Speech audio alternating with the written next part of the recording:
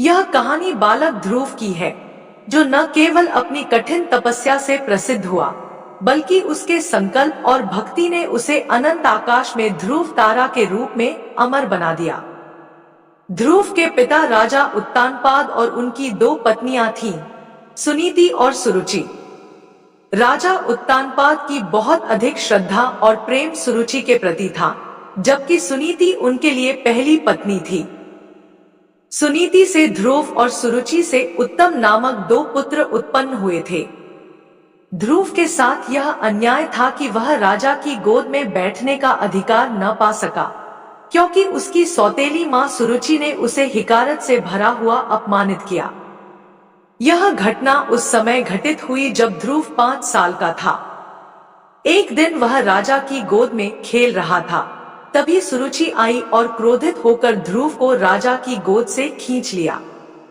उसने कहा, तू राजा की गोद में बैठने के योग्य नहीं है, क्योंकि तू मेरी कोख से उत्पन्न नहीं हुआ है। यह सुनकर ध्रुव अत्यधिक दुखी और क्रोधित हुआ और वह दौड़ते हुए अपनी मां सुनीति के पास गया। अपनी मां से दुखी होकर उसने कहा, मां, मुझे मेरा हक नहीं मिला, मुझे राजा का प्रेम नहीं मिला, क्या मुझे कुछ नहीं मिलेगा? सुनीति ने उसे समझाया और कहा, बेटा, तू भगवान का सहारा ले, वही तुझे वह सम्मान और शक्ति देंगे जो तू चाहता है।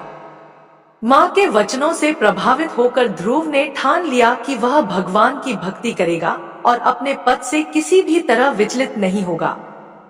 वह घर छोड़कर भगवान नारायण के दर्शन की खोज में निकल पड़ा। मार्ग में उसकी मुलाकात महर्षि नारद से हुई। नारद ने उसे समझाया कि वह अभी बहुत छोटा है और भगवान की भक्ति में कठिन तपस्या की आवश्यकता है, लेकिन ध्रुव ने अपने संकल्प को दृढ़ किया। नारद ने उसकी निष्ठा देखकर उसे एक मंत्र दिया और कहा कि अगर वह इसे जपता रहेगा तो भगवान नारायण उसे दर्शन देंगे। ध्रुव यमुना के किनारे पर तपस्या करने बैठ गया। तपस्या के दौरान उसे अनेक कठिनाइयां आईं, लेकिन उसका संकल्प अडिग रहा। उसकी तपस्या से आकाश और पृथ्वी तक उसका प्रभाव फैलने लगा।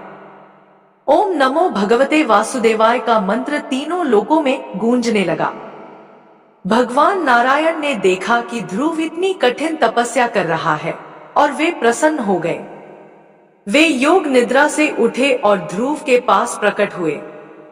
भगवान नारायण ने कहा, हे राजकुमार, तुम्हारी समस्त इच्छाएं पूरी होंगी।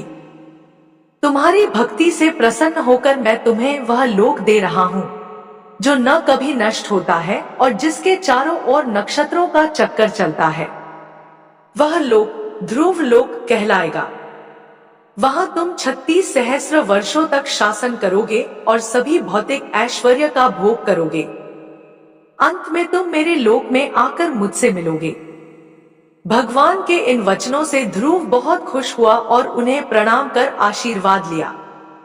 इस प्रकार भगवान ने उसे वह उच्च स्थान दिया जिसके बारे में कोई सोच भी नहीं सकता था।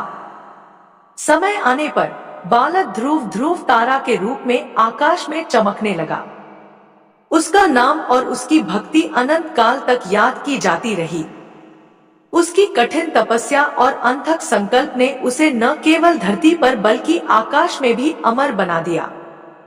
आज भी जब हम आकाश में ध्रुव तारे को देखते हैं तो यह बालक ध्रुव की अथाह भक्ति और संघर्ष का प्रतीक बन चुका है।